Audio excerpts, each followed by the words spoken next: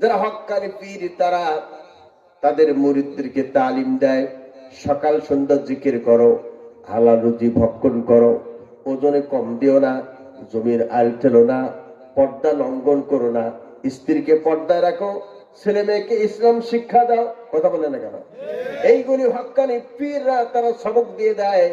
আল্লাহ নবী বিশ্ব নবী তো কোনো পীর নয়, তিনি হলেন আল্লাহর পক্ষ থেকে মনোনীত নবী, আল্লাহর পক্ষ থেকে মনোনীত পয়গম্বর। তার দায়িত্ব হচ্ছে গোটা জাতিকে আল্লাহর সঙ্গে পরিচয় করিয়ে দেওয়া, ঠিক কিনা আমার ভাইরা? সেই দায়িত্বের স্থান থেকে নবীজি বললেন, মা গো, আমি তোমাকে এমন একটা সূরা মস্ক করা দিচ্ছি, সূরাটি তুমি কোনটা লোকসান আর কোনটা লাভ এটা বুঝবার জন্য আল্লাহ তাআলা এই সূরাটা দিয়েছেন, তুমি পড়ে নাও।